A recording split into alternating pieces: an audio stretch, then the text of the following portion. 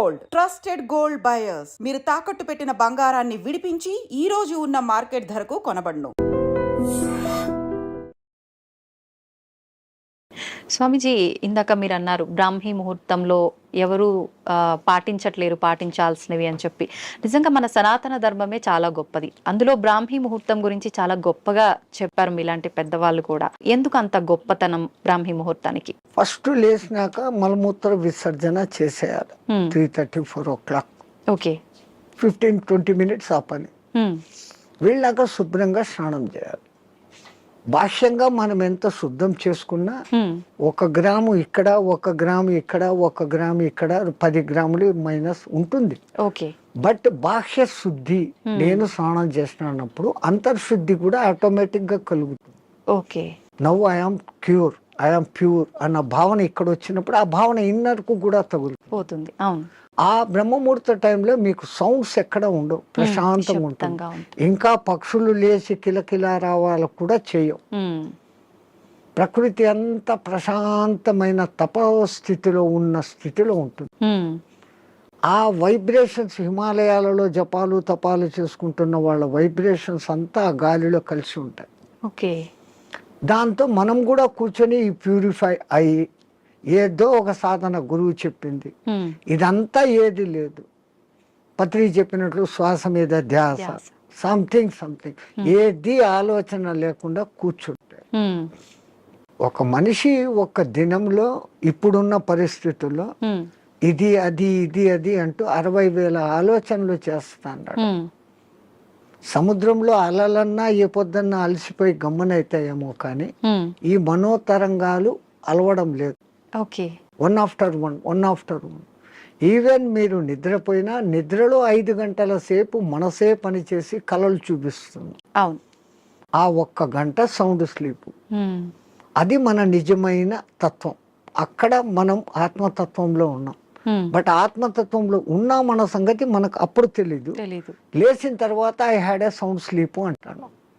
So ఈ సాధన ఉపాసనలు మన పెద్దవాళ్ళు నువ్వు మేలుకొని సుషుప్తి స్థితిలోకి పో అనేదానికి ఈ సాధనలు వ్యవహారాలు. ఓకే. అయితే ఇప్పుడు సాధనలు ఇవన్నీ చేయలేని వాళ్ళు, నార్మల్ వాళ్ళు ఇప్పుడు బ్రాహ్మీ ముహూర్తంలో ఇలాంటి పనులు చేయాలి, అలాంటి పనులు చేయాలి, అసలు కరెక్ట్ బ్రాహ్మీ ముహూర్తం అంటే ఏ సమయం నుంచి ఏ సమయం వరకు? అదే చెప్పాను కదా, 3 to 3:45 దేవతల టైం. ఓకే. 3:45 to 4:45 ఋషుల టైం. 4:45 to 5:45 మానవుల టైం. ఓకే. ఆఫ్టర్ దట్ రాక్షసుల టైం అని అంట. ఇప్పుడు ప్రతి ఒక్కరూ రాక్షసుల టైంలోనే అన్ని స్నానాలు. సూర్యోదయం అప్పుడు ఆ అరుణ కిరణాలు అని వస్తాయి కదా, దాంట్లో ఎన్నో రకాల మనకు ఆరోగ్యాన్ని ఉత్తేజాన్ని కలిగించే వేవ్స్ ఉంటాయి. అల్ట్రావైలెట్, ఇన్ఫ్రారెడ్, ఎలక్ట్రోమాగ్నెటిక్, దానికి ఏమో ఇప్పుడు ఈ పేర్లన్నీ పెట్టారు.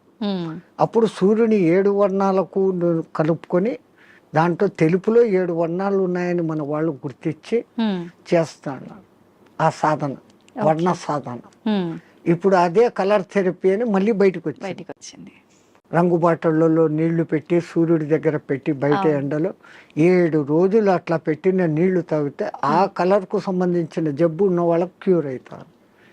ఒక్క సూర్యుడు ఆరోగ్య ప్రదాత అని మన వాళ్ళు చెప్పారు. దాంట్లో నుంచే ఇన్ని వస్తున్నాయి. ఇప్పుడు మన భూమి మీద పెరుగుతున్న మూలికలు అన్నీ పెరుగుతున్నాయంటే సూర్యుడు ఆధారం. నైట్ పూట తన సూర్యకిరణాలనే చంద్రుని మీదకి పంపించి అక్కడి నుంచి రిఫ్లెక్ట్ అయ్యి అదే ఔషధులకు శక్తిని ఇస్తున్నాడు సర్కిట్. ఓకే. సో అందుకే మన పూర్వీకులు గుర్తించి ఆరోగ్యం భాస్కరాది చేత అన్నారు. ఆరోగ్యం సూర్యుని చేతిలో ఉంది. ఓకే. స్వామిజీ, ప్రాణాయామం ఇది చేసే వాళ్ళు ఎక్కువ కాలం జీవించే అవకాశం ఉంటుందంటారు కదా? 100%. పూర్వీకులు చెప్పిన లెక్క 21,600 రెస్పిరేషన్స్, 21,600 హంస జపం సాధారణంగా ఎవడో చేసేస్తాను ఇన్వాలంటరీ. అప్పుడు ఆ ఊపిరితిత్తులు ఇంతే పని చేస్తుంది. ఇట్లా తీసుకుంటున్నాం, ఇట్లా వదిలేస్తున్నాం. పరమాత్ముడు మనకు ఊపిరితిత్తులు ఇంత పని చేసేకి ఇచ్చాడు. దాంట్లో 10th కాదు కదా, 1% కూడా మనం చేయడం లేదు. తీసుకుంటున్నాం, వదులుతున్నాం. తీసుకున్న గాలిని యూటిలైజ్ చేసుకోవడం లేదు, ఉపయోగించుకోవడం. ఆ దానికి ప్రత్యేకంగా ఈ పూరక కుంభక రేచకాలు అనే ప్రాణాయామ వ్యవస్థ పెద్దవాళ్ళు పెట్టారు. ఓకే. సంపూర్ణంగా ఊపిరితిత్తులు నిండేంతగా దీర్ఘంగా శ్వాస తీసుకొని ముక్కులు మూసేస్తాం. ఓకే. ఆ తర్వాత బలవంతంగా ఆ గాలిని మింగుతున్న ఫీలింగ్ చేసి కడుపులోకి కూడా గాలి పోతోంది అని చెప్పి మళ్ళీ ఒకసారి ముక్కులు ఓపెన్ చేసి ఇంకొంచెం తీసుకుంటాం. అంత గాలి తీసుకొని మన కెపాసిటీని బట్టి 30 సెకండ్స్ 40 సెకండ్స్తో ఆరంభించి నెలలు సంవత్సరాలు గడిచేసరికి 2 మినిట్స్ 2.5 మినిట్స్ వరకు ఆ కుంభకంలో ఉంచినప్పుడు తీసుకున్న గాలి మొత్తం యూటిలైజ్ అయి కణాలు ఇడిచిన కార్బన్ డైఆక్సైడ్ అంతా వచ్చి బయటకు వచ్చేస్తుంది. అది రేచకం. ఈ విధంగా చేయడంలో మనకు శాస్త్రజ్ఞులు మన ఆ పూర్వీక శాస్త్రజ్ఞులు చెప్పింది ఇడా పింగళ అనేది సూర్య చంద్ర నాడులు. ఒక ముక్కు ద్వారా చల్లని గాలి బాడీలోకి వస్తుంది, ఒక ముక్కు ద్వారా వేడి. శరీరంలో శీతోష్ణాలు సమస్థితిలో ఉండి ఆ రెండింటిని నియంత్రించగలిగినప్పుడు వాయువు ఈ 2 ముక్కులలో కాకుండా మనకున్న 72,000 నాడులలో 11 నాడులు ముఖ్యం. కండ్లకు పోయేది, చెవులకు పోయేది, ముక్కులకు పోయేది.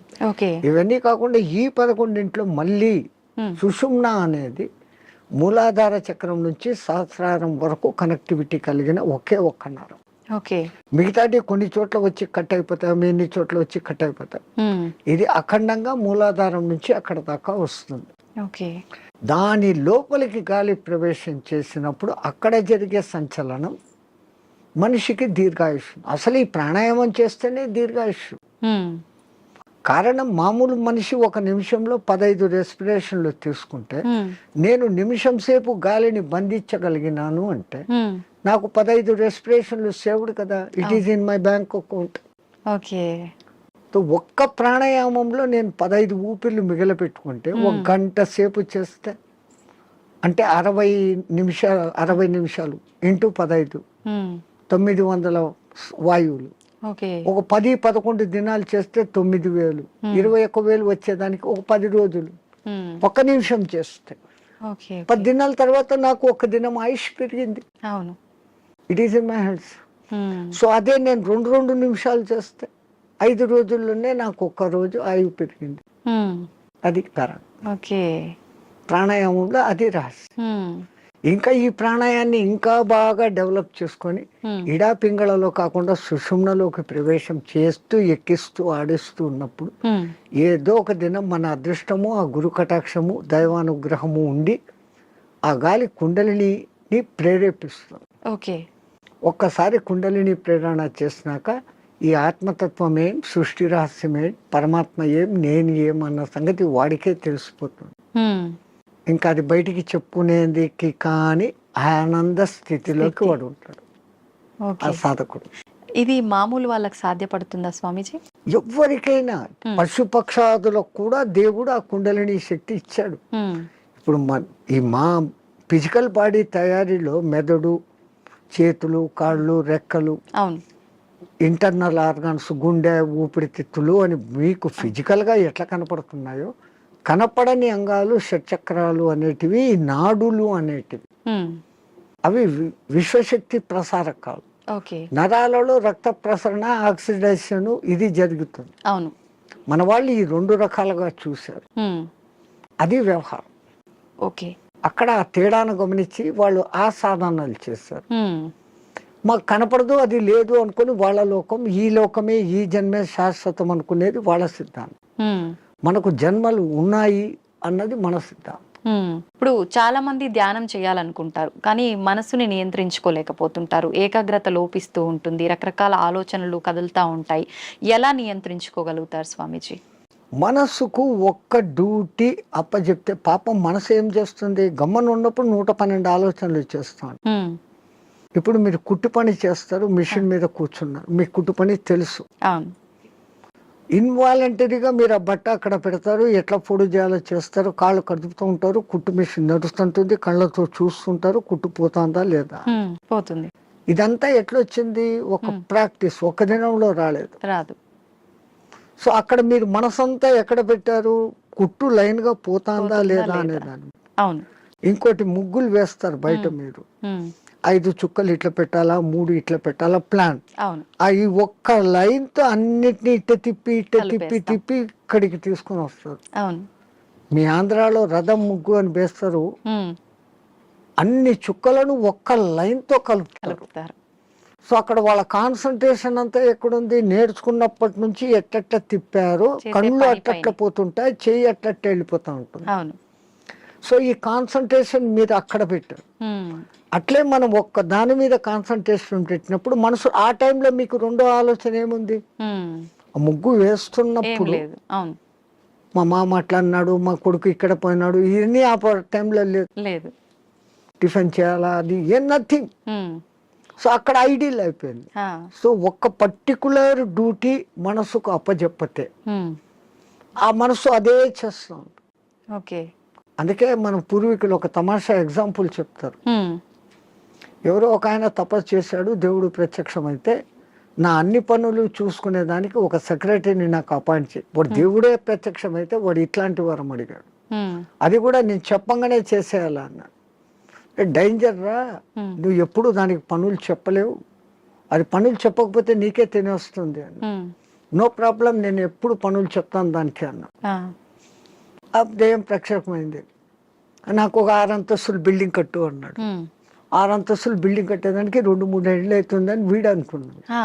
అది పట్టు అనింది, బిల్డింగ్ తయారైపోయింది. ఉమ్. మహారాజ్ ఇంకేం పని అనింది.